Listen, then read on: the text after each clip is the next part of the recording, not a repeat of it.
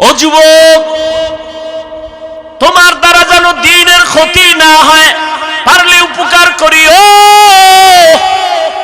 নামাজের দাওয়াত দিও। নিজে নামাজ পড়তে না পারলেও অন্যকে বলিও, ভাই আমি তো নামাজ পড়ি না, তুমি যাও, তুমি নামাজি, গল্প পরে হবে, আগে নামাজ পড়ে নাও। তোমার কারণে, তোমার গল্পের পাল্লায় পড়িয়া ভিন্ন যুবকের নামাজ যেন নষ্ট না হয়। তুমি পারলে উপকার করিও, না পারলে একা একা বৈশা বিড়ি টানিও, তারপর আর একজন ভাইয়ের নামাজের ক্ষতি করবা না। নিজে পারলে দাড়িটা লম্বা করিও। লক্ষ লক্ষ নবী সাহাবায়ে কেরাম কেউ দাড়ি ছাড়া ছিলেন না, সমস্ত নবীরা দাড়িওয়ালা, এমনকি ফেরাউনেরও দাড়ি ছিল বড়। আমরা কি ফেরাউনের দাড়ি রাখিনি? সমস্ত নবীরা দাড়িওয়ালা, সাহাবায়ে কেরাম দাড়িওয়ালা, কেউ দাড়িবিহীন ছিলেন না। তুমি দাড়িটা লম্বা করো, নবী বলেন মুসকে খাটো করো, দাড়ি লম্বা করো। আর আমরা মোসেরে দেখছেন পুরা নবীর সাথে একটা যুদ্ধ লাগাই দিছে। কি বাজ মোসের ভিতরে, ওদিকে দাড়ির উপরে এখন স্টাইল কেউ কেউ রাখে থোতার গোড়ায় স্টাইল। কেউ এরকম কেন? খেলোয়াড়রা তো রাখছে, এই জন্য আমি তার অনুসরণ করি, মুহাম্মদেরটা নয়। নাউযুবিল্লাহি মিন যালিক। আল্লাহ হেদায়েত দান করুন। দাড়ি রাখতে পারো না রে যুবক বাবা, তোমার সাথে দুশ্মনী নাই, দেখলে সালাম দিব, কোলে নিব, বুকে লাগাবো, গালি দিব না। কিন্তু অনুরোধ করে বলি, অন্যের দাড়ি রাখার ক্ষেত্রে তুমি বাধা হইও না। তুমি তাকে উৎসাহ দাও, আমি পারি না, তুমি রাখো, কিন্তু তোমার কারণে ভিন্ন কেউ যেন দাড়ির থেকে বঞ্চিত হয় না যায়। কারণ দাড়ি বিহীন লোকটার 24 ঘন্টা অল টাইম সেকেন্ডে সেকেন্ডে সেকেন্ডে সেকেন্ডে কবিরা গুনাহ কবিরা গুনাহ কবিরা গুনাহ লেখাই হয়। আল্লাহ হেদায়েত দান করুন। এরে নবীর আশিক, আল্লাহ পাক রব্বুল আলামিনের পয়গম্বর বলেন, দুই জিনিস হেফাজতের জিম্মা যদি নাও, আমি তোমাকে জান্নাতে নেওয়ার জিম্মাদারি নিব। এক নাম্বার জবানটারে কন্ট্রোল করো, দুই নাম্বারে লজ্জাস্থান হেফাজত করো। আর জবানকে আর লজ্জাস্থান হেফাজত করার জন্য বর্তমানে যে বাধা, তার নামেই মোবাইল। জবান কন্ট্রোল হয়নি মোবাইলে, বলেন কি সারা রাত জিকির চলে মোবাইলে, সারা রাত। আল্লাহ হেদায়েত দান করুন। কত বাজে কথা বলেছো এই যুবকের, আল্লাহরে ভয় করিস। দুনিয়াতে কয়দিন হায়াত পাবি এটা আল্লাহ লেখছে না?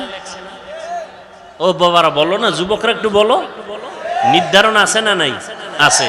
ঠিক ঠিক কয়দিন তুমি কত কিলো খানা খাইবা তাও কিন্তু বাজেট আছে, আছে না নাই?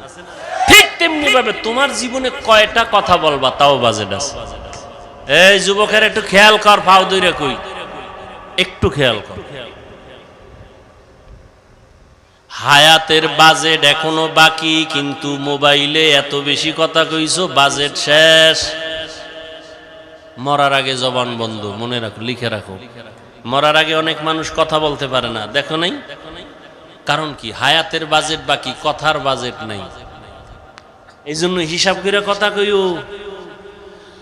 হযরত ওমর ফারুক মুখের ভিতর একটা পাথরের টুকরা দিয়ে রাখছেন, প্রয়োজন অনুযায়ী কথা বলবেন, অনর্থক কথা যেন বের না হয়, আল্লাহর আদালতে জবাব দিতে হবে। এমনি ওমরের নাম বাগের বাচ্চা, পৃথিবীর টপ লেভেলের টেররিস্ট হযরত ওমর, বিশ্ব সন্ত্রাসী হযরত ওমর। কারণ বিশ্ব নবীকে যে হত্যা করতে যায় সে বিশ্ব সন্ত্রাসী। কিন্তু আজ ওমর হয়ে গেল এত বড় দামি ব্যক্তি যে শুধু মানুষ ভয় করে না, ইবলিস শয়তান ওমরকে ভয় করে। আমগো দেশের এক বাঙালি কয়, হুজুর আমারও শয়তান ভয় করে। কেন কয়? আমি ওর থেকে বড় শয়তান। আমি যে আকাম জানি সিফায় গিয়া, এটা শয়তানও জানে না। আল্লাহ হেদায়েত দান করুন। ফাতেমা রাদিয়াল্লাহু আনহার একটা কথা টানছিলাম, মনে আসেনি? সুযোগ থাকলে বলবো, যদি আপনারা ধৈর্য ধারণ করে বসেন ইনশা। নামাজ তো পড়েন নাই, ফজরটাও পড়বেন কিনে নিয়ে তো টেনশন নাই। এই টেনশন আমাদের, নামাজ পড়তেই হবে। একা একা যায় যদি নামাজটা না পড়ে ঘুমাই, বউও কিছু কইব না ভয়ে, কিন্তু আমার ভিতরে আল্লাহর ভয়, যে এই সম্মান তো আমি টাকা দিয়ে অর্জন করতে পারি নাই, এই সম্মান তো আমার সার্টিফিকেট দেওয়া হয় নাই, সম্মান আল্লাহ দিছেন। যদি আল্লাহকে বেজার করি, আল্লাহ সম্মান ধুলায় মিশাই দেন, পারেনি আল্লাহ?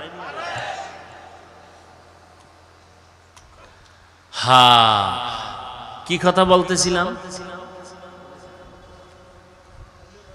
ওমরে ফারুক রাদিয়াল্লাহু আনহুকে শয়তান ভয় করে, শয়তান ভয় করে ওমর। এবার বুঝেন তো কেমন বেড়া শয়তান ভয় করে। যেই শয়তান আল্লাহর সাথে চ্যালেঞ্জ দিয়েছে, কোরআনের ঘটনা, আল্লাহর সাথে চ্যালেঞ্জ দিছে আদমকে সেজদা দিব না, আর সেই শয়তান ওমরের দেখলে দৌড়, উল্টা দৌড়। কি কয় আইয়ে, কি আইয়ে, ওই বলার সময় নেই, খালি আইয়ে।